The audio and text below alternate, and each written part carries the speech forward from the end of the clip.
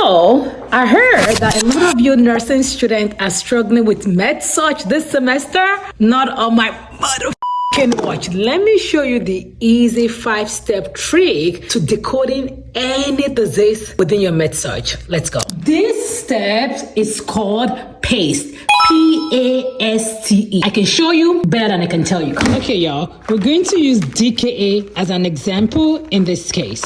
So using the PASTE framework, P means patho, right? What is the pathophysiology of DKA? In this case, there are no insulin secretion, which led to accumulation of glucose in the blood vessels. That's all that you need to know. So now, A means assessment, otherwise known as signs and symptoms. Now, this could be your subjective and objective data. Since there are no insulin secretion, which led to accumulation of glucose, you already know this person is going to be experiencing things like dehydration, Kussmaul breathing, and fruity breath. S within this framework means studies and key labs. You already know a patient that has no insulin secretion is going to have high glucose, otherwise known as hyperglycemia, usually over 300. Also, positive ketones and glucose in urine. Okay, so what you're doing here is what studies are important and what are my key labs. The next framework is